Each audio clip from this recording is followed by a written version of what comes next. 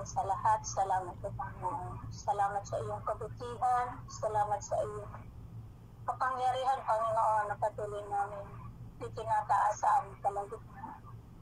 Salamat, Ama, sa presensya ng iyong banal na Espiritu na kasama namin sa oras na. Ama, hinihiling ko po, Panginoon, anuman na bahid na nakikita mo, Panginoon, sa aking puso, Panginoon, sa aking isipan, Panginoon, sa lahat ng nagawa kong pagkakasala, Lord God, tatawad ko. Dalahin ko po, Panginoon, ang iyong banal na dugo ang siyang patuloy na ibuhos sa akin, Panginoon. Nasa ganun, Panginoon, sa aking pagharap sa inyo. Sa paggamit niyo po, Panginoon, ang aking labi. Sa paggamit niyo po ng aking isipan, dakilang Diyos. Ikaw naman, Panginoon, na maparangalan, dakilang Diyos.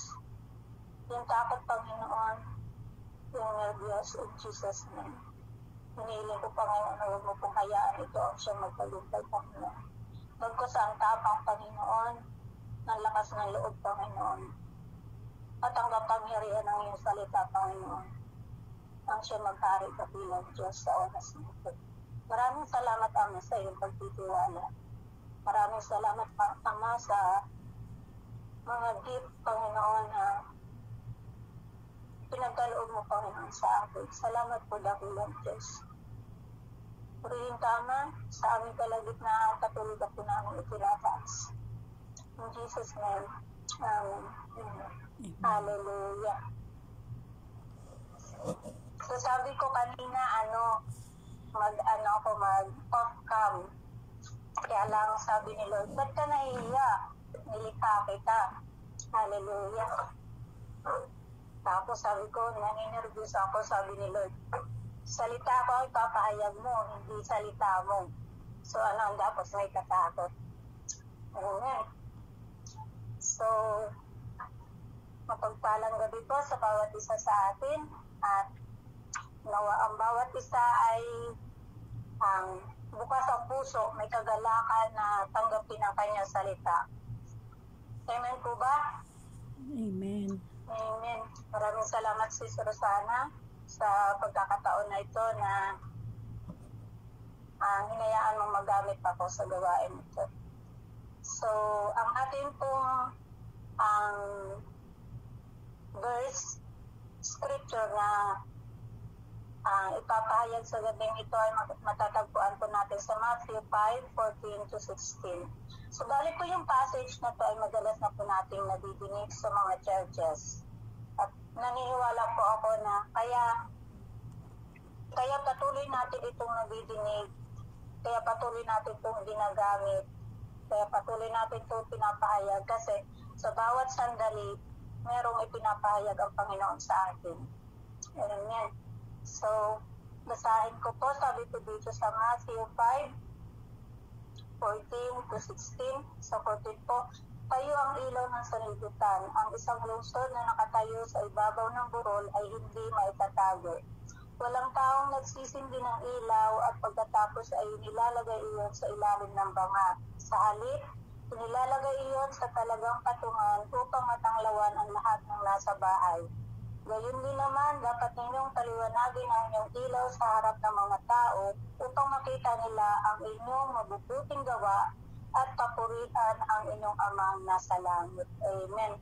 So, ito po ay sermon po ng ating Panginoon sa bundok. At ang kanya pong mga kausap ng panahon na yon ay ang mga alagad. So ngayon po, ang kausap ng Panginoon ay tayo. Amen po ba? Meron pong tatlong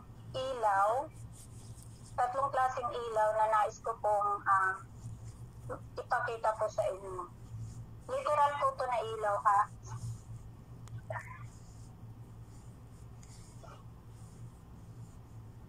So, ang una po ay ilaw na display. Dekorasyon lang siya. Kumbaga, parang nandyan lang siya. Wala siyang hingas. Katulad sa atin, mahal di ba ng kuryente sa atin? So, yung mga chandelier, nakasabit lang yan. Yung mga ilaw sa dingding nandyan lang yan. Hindi iniilawan kasi magastos sa ilaw. Sa dami ko naman ng bulb. So, nandun lang, naka-display lang para lang may makitang maganda. Pangalawa po, yung ilaw na patay sindi. Di ba pag Christmas marami tayong makikita mga ilaw na patay sindi. So, minsan din pag yung mga ilaw, yung mga bulb natin, napupundi, patay sindi din siya. At masakit siya sa mata, di ba? Pag patay sindi yung ilaw, masakit siya sa mata, masakit din sa ulo. Pangatlo naman, yung ilaw na ginagamit lang. Pag bago. Nung bago, ginagamit siya. Tapos habang tumatagal, humihina na yung lingas niya. So, itatabi na lang siya. Parang wala na siyang gamit. So, pang-apat po, ito yung ilaw na patuloy na nagniningas. Yung ilaw na sa amin kasi meron kaming gasera. Hanggang ngayon ginagamit pa rin namin yan. Kasi parang ang capital ng Pilipinas sa brownout ay parang Occidental Mindoro yata. Sa tingin ko. Kasi lagi talaga doon nagba-brown out. Kaya meron pa rin kaming gasera at meron yung gaas. Ginagamitan namin ng gaas. So, kapag yun ay hindi kumbaga, nauubusan ng gaas, pag pinaringas mo siya, tuloy-tuloy lang yung dingas niya. Amen. So, sabi ko nga po kanina, yung mga ilaw na nabanggit ko ay literal. Ngayon po, dadako po tayo sa biblical. Yung ilaw ko na sinasabi ay yung mga Kristiyano. Tama po ba? Katulad po na sabi ng Panginoon kanina, kayo ang ilaw na sa libutan. So meron din po akong 4. Meron pa pong iba pero 4 lang po yung nais kong i-share. Sabi po dito, Kristiyanong, una po sabi kanina, Kristiyanong ay yung ilaw na pan-display. O sa Kristiyano, meron namang Kristiyanong pan-display. Yung pampadami lang ba siya? Pampadami ng attendance. Hindi siya nagagamit. Kontento na siya lang ang nakikinig ng salita ng Panginoon. Kontento na siya lang ang tumatanggap ng salita ng Panginoon. Kontento na siya na nakaupo lang siya, nakikinig lang ng mensahe, pero hindi niya ipinapahayag. So, yun po, yung unang Kristiyano na nakita ko. Atin pong titignan sa Pahayag 3. Pahayag 3:1. B. Sabi ko dito, basahin ko po sa inyo.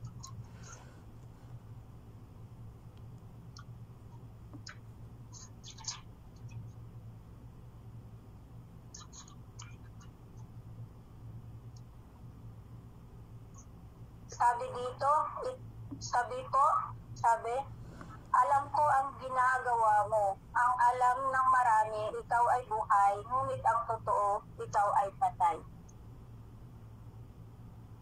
So, yun po yung mga Kristiyano na nakikinig lang, hindi nagbabahagi kahit na sa nakakausap niya na pang-araw-araw, nakasalamuhan niya, hindi siya nagbabahagi. Basta tanggap lang siya ng tanggap ng salita.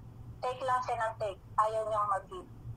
Pangalaw pong Kristiyanong buhay ngayon, patay bukas. Lulubog, litlitaw. Basahin ko po sa Pahayag 3:15. Sabi ko dito, 15a. Alam ko ang mga ginagawa mo. Alam kong hindi ka malamig ni mainit. Mabuti pa sana kung ikaw ay malamig o mainit.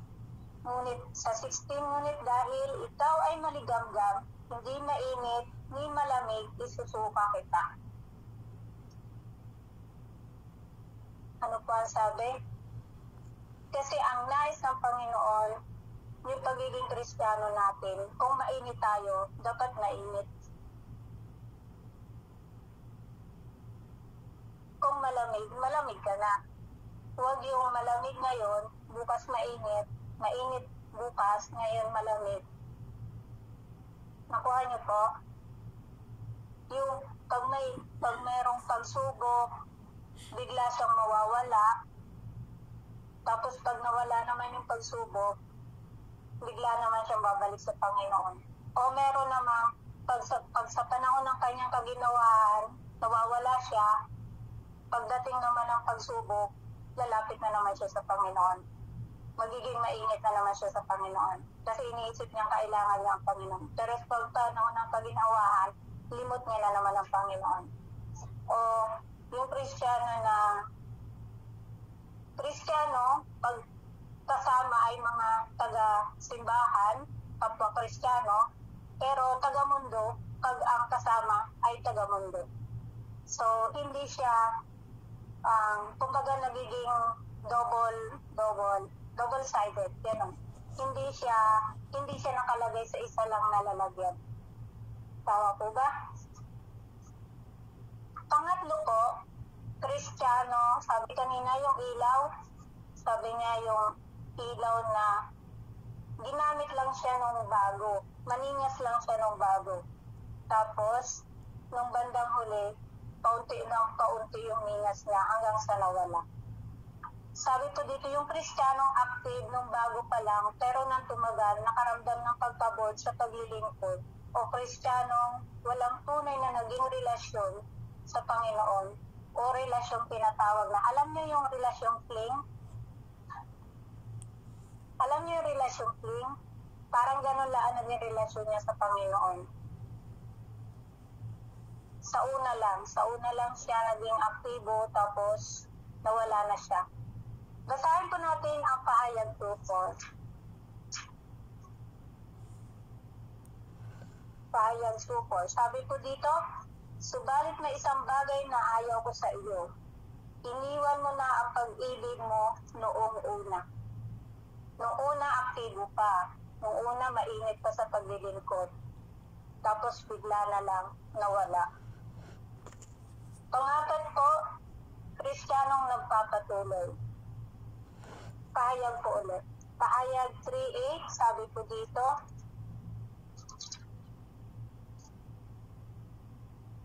alam ko ang mga ginagawa mo. Alam kong kaunti lamang ang iyong kakayahan. Ngunit sinunod mo ang aking salita at naging tapat ka sa akin. Kaya't binuksan ko para sa iyo ang isang pinto na hindi maisasara ninuman. So yung paglilingkod ng isang Kristiyano, yung pang-apat, kahit na unti-unti lang, kumbaga hindi ganun kaningas katulad doon sa pangatlo na biglang ningas tapos biglang nawala. Itong pang-apat, banayad lang yung kanyang paglakad pero patuloy yung kanyang paglilingkod sa Panginoon. Sabi po, ang ilaw ay ginagamit upang ikaw ay makakita o kundi naman kung ikaw ay may hinahanap sa isang madilim na lugar. Ang ilaw ay ginagamit sa tamang paraan upang lubusan mong mapakinabangan ang liwanag nito. Sabi ng Panginoon, kayo ang ilaw ng sanlibutan. Ang sanlibutan ay puno ng kadiliman. Sino po? Pakibasa